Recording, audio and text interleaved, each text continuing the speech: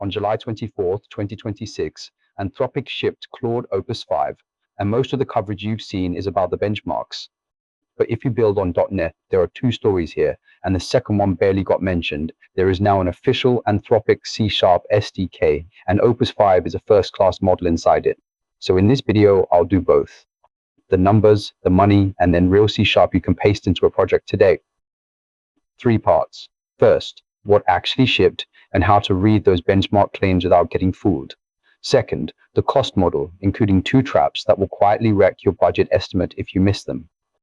And third, the official C# SDK from install to a working agent with tools. I'm Marnie, I build production AI agents with .NET. Let's go. Here's the family. Opus 5 sits in the middle, $5 per million input tokens, 25 per million output. Fable 5, the most capable model, is exactly double that. Sonnet 5 is cheaper and faster. 2 things worth pausing on.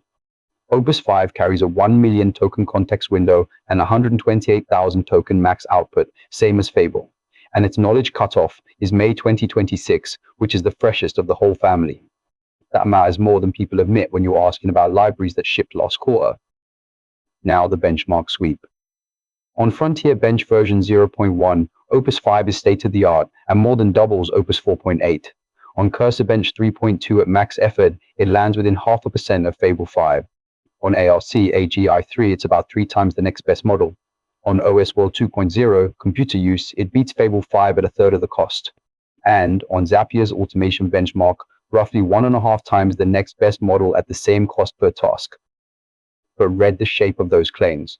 Almost all of them are cost normalized. Not just is it smarter, but is it smarter per dollar? That's the actual pitch. Second, scores are quoted at a specific effort level, and max effort is not what you get by default. Third, to Anthropic's credit, they publish where it loses. It's behind their Mythos 5 model on biological research and offensive cybersecurity. And finally, these are vendor-run evaluations.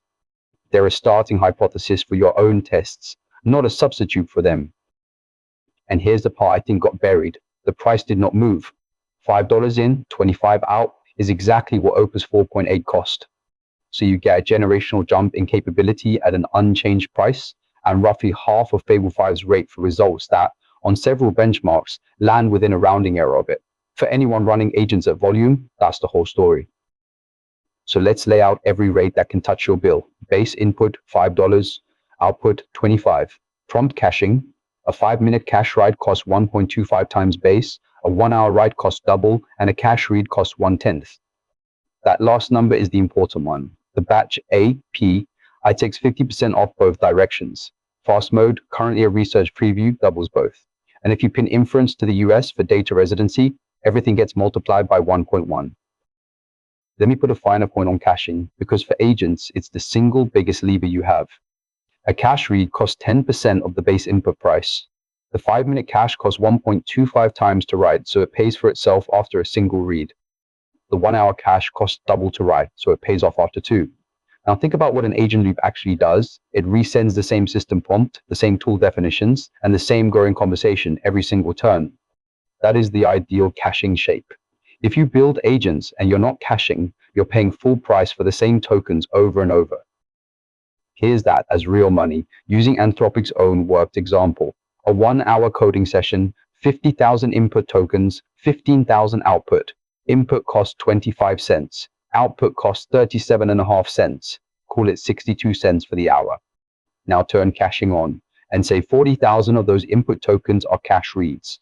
Your input drops from 25 cents to 7. Total, about 44.5 cents. Roughly 29% off for one configuration change. And on a real production workload where the cached prefix is far bigger than the new tokens, that gap gets much wider. Now the 2 traps. Trap 1, and this one is genuinely easy to miss. Claude 4.7, and later use a newer tokenizer that produces about 30% more tokens for the same text. So if you compare the sticker price against an older model and stop there, you'll underestimate your bill. Same dollars per token, more tokens per sentence.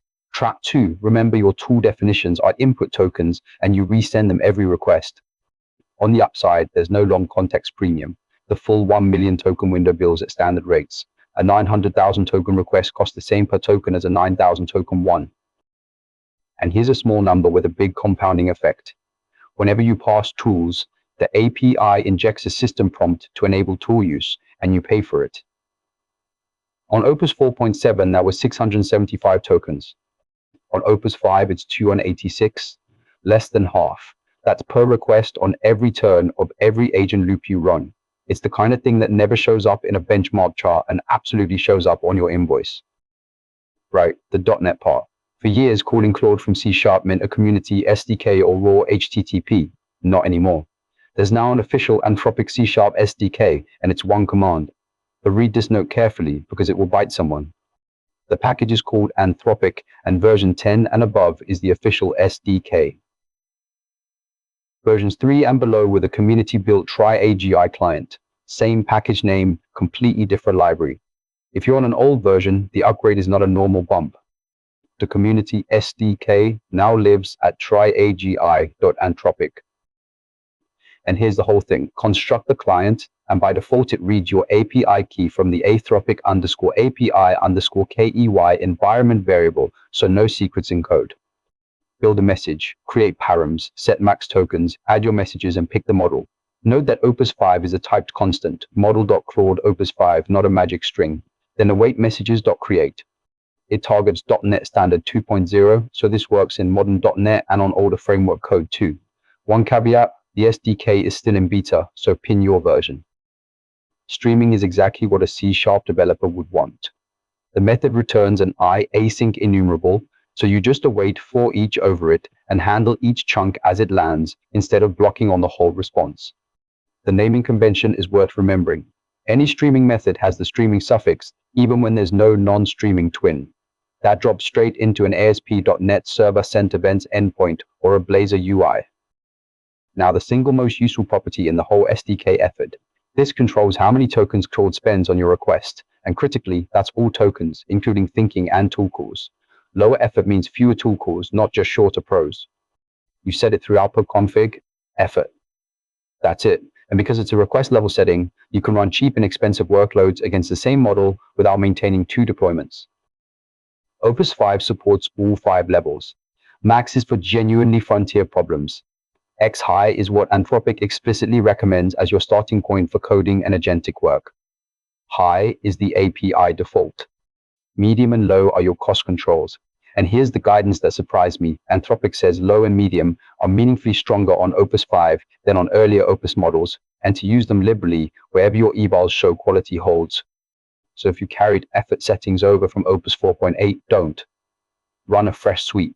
You may be paying for effort you no longer need. 2 rules that will save you a debugging session.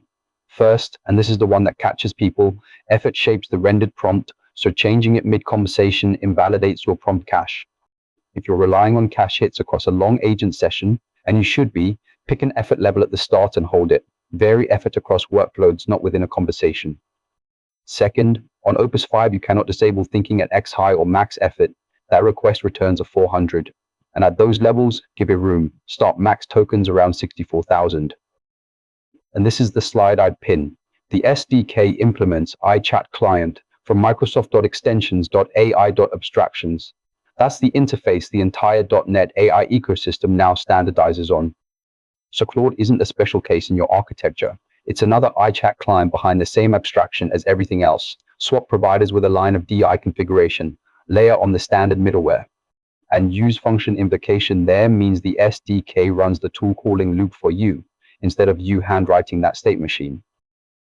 And because it's an IChatClient, tools from the MCP C# SDK work with it directly.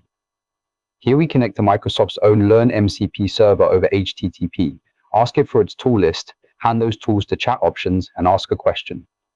Claude decides when to call them, the function invocation middleware executes them, and the results flow back into the conversation. You did not write a single tool. That's an official Anthropic client talking to a Microsoft MCP server through a Microsoft abstraction. 2 years ago, that sentence would have been science fiction. If you're in an enterprise where the answer to which cloud is already decided, this matters. There are separate NuGet packages for each platform, Anthropic.Bedrock for Amazon Bedrock, Anthropic.Vertex for Google Cloud, Anthropic.Foundry for Microsoft Foundry on Azure, and Anthropic.AWS for Claude Platform on AWS.